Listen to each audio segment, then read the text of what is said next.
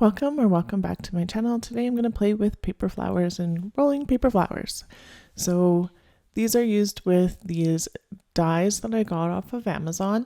They're not quite as sharp as I would want them to be, but it is what it is. This is the first time I'm using them. So I just picked out 3 of, I think they came in a pack of 10. And I'm going to use some map paper. So this is a map of Vancouver. I don't live in Vancouver. We went to Vancouver eons ago, like years and years and years ago. And so I have this in my junk drawer and I'm just going to use it. So I am going to tape them down with a piece of washi.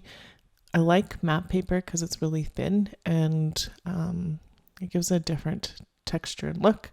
So I'm just going to take whatever is fold it all up together and I'm just going to use that because I might as well.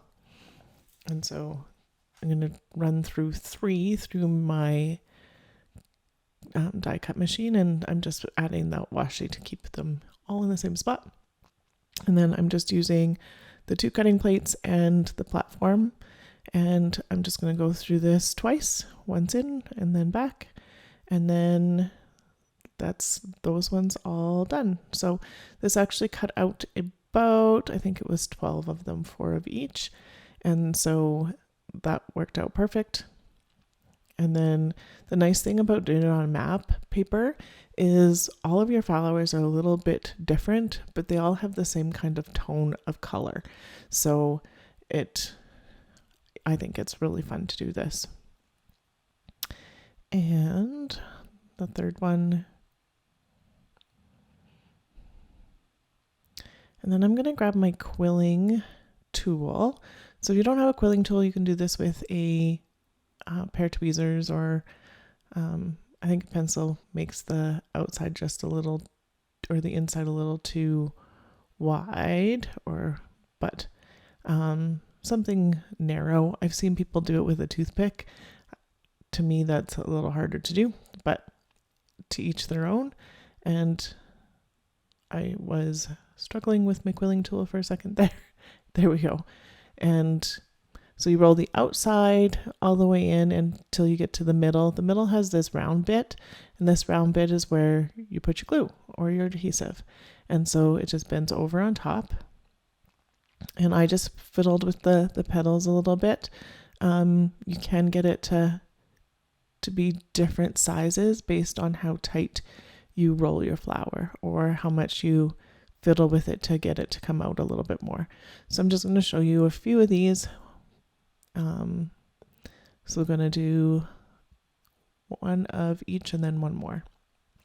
And then I did try it with felt and just regular cardstock too. So glue, I like to put it down on my desk so I can fiddle with the flower part just a little bit, and then that works out really, really well. I was just holding it so that the glue sets. I'm using Nuvo, so it sets pretty quickly. And then 1 of these ones. The key with using this with the quilling tool is trying to keep the base matched up a bit. Otherwise you get kind of a unbalanced kind of flower, I guess, where the bottom inside is a lot skinny and the outside is pretty fat. Kind of looks more like a rosebud than an open flower. And so depending on if you want it to look like a rosebud, you totally could do it that way too. So, and then here's the last one I'm doing of the map paper. I do get all the other ones done up as well. So there ends up being 12 of those at the moment. And then glue, and then here I'm opening that flower up just a little bit. So I was rotating it with my finger just to get a little bit more available, I guess is the way to say that. And then I'm going to try with the felt. This is just regular, not stiff felt. I got this from Michael's. It didn't work so well.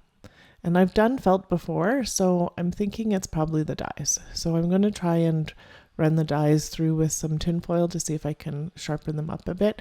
But I left in part of this so you could see what it looks like. So I ran it through a few times because I know with the felt it's a little harder to do. And so I can see right away that most of the, like this one ends up being okay. I do have to cut pieces off, and no, not that one. This other one one of them ends up being not too bad after I run it through again. And I add a couple shims. The one that's in beside underneath my scissors there, I'm just gonna get rid of it, which it is what it is. So I put a shim in, like a paper shim, and still wasn't, I'm just testing it, still wasn't enough. And I was like, okay. So the outside comes off okay, it's just the middle part. And so I do try one other thing in this too. I try and add like paper on either side of the dies, and sometimes that works. I'm going to throw this purple in to add another shim to see if that helps.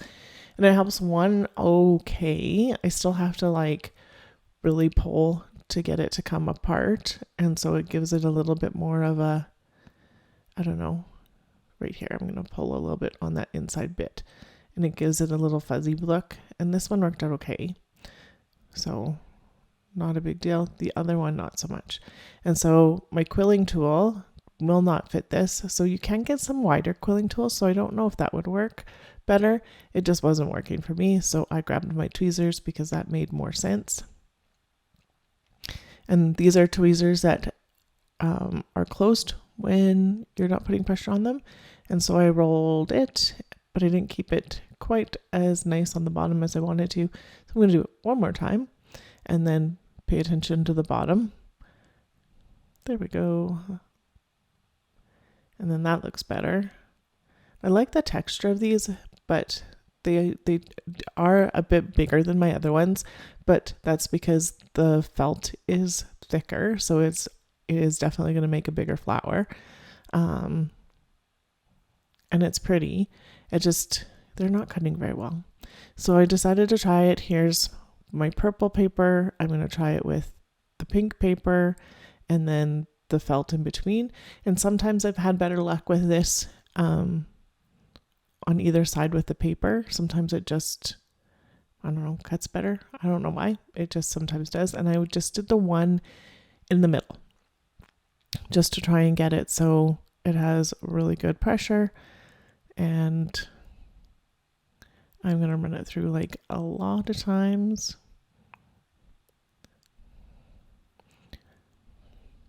If I was to do this way again, I would have turned the die over so it was facing up, so then I can see how far it's gone through that purple piece. And so you can see the pink is fine for the cardstock, and then this one did not cut very well, and there was no lining it back up, so I just went and grabbed my fabric scissors and I'm just going to cut it. And so then I've cut it already because you need to watch all of that. It was a little tedious, and it's not going to be the prettiest flower, but it does work in a pinch, I guess. Like, it is really not the prettiest flower, but I glue there. That's it. And then I am gonna quill this one, but I did not have that on screen the whole time. So here's a few of the flowers that I did, and here's some close-ups. So I like the matte paper. You can see how different those textures are. If you liked my video today, I would appreciate a thumbs up. If you haven't subscribed to me, I would love to have you here. And thanks so much for watching. Have yourself a great day.